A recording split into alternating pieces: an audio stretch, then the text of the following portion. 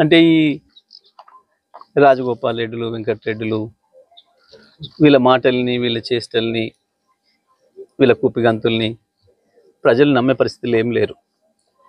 వీళ్ళ అన్ని బ్లాక్మెయిల్ స్టేట్మెంట్లే ఉంటాయి. ఒక మాట అంటారు, మళ్ళీ వెనకనే సాటుగా పోయి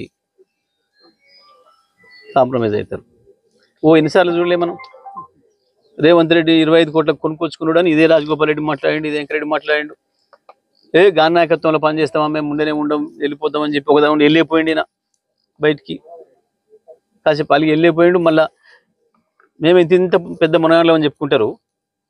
కానీ పార్టీ ఉంటేనే బతుకుతారు తప్ప వీళ్ళు లేకపోతే బతకలేమనే సంగతి మళ్ళీ ఆ పార్టీలోకి వస్తేనే గెలుస్తానని వచ్చింది తప్ప ఇంకోటి లేదు. ఇవన్నీ ఉత్తయ్య ఎవరన్నా నమ్మితే అది అమాయకత్వం. కేవలం పదవుల కొరకు బ్లాక్మెయిల్ చేయడం కొరకు మాట్లాడే తప్ప ఇవి నిజంగా మాట మీద నిలబడే మనుషులు కారు వీళ్ళు. ఒకవేళ నిజంగానే ఆయనకు అంత దమ్మే ఉంటే ఆయనతో ఎంతమంది కలిసి వస్తారో కూడగట్టాలి, అందరినీ మాట్లాడాలి. ఈ మాటను ఖండించేటోళ్ళు ఎంతమంది రండి నాతో పాటు అని చెప్పి మాట్లాడాలి. నిజంగా ఎంతమంది ఉన్నారు. అసలు ఈయనే ఉండడు. మిగతా వాళ్ళు ఎందుకు కలిసినారు వీళ్ళతోనంటే వీళ్ళే ఉండరు మాట మీద. వీళ్ళ అన్నదమ్ములు కేవలం వీళ్ళ పదవుల కొరకు మాటలు మాట్లాడతారు తప్ప తీసుకుపోయి మనం బాయిలో నూకుతారు, వీళ్ళు మాత్రం వెళ్ళిపోతారు అనే భయం ఉంటుంది కాబట్టి వీళ్ళని ఎవరు కూడా నమ్మతలేరు. ఇవన్నీ ఉత్తమ ముచ్చట్లు.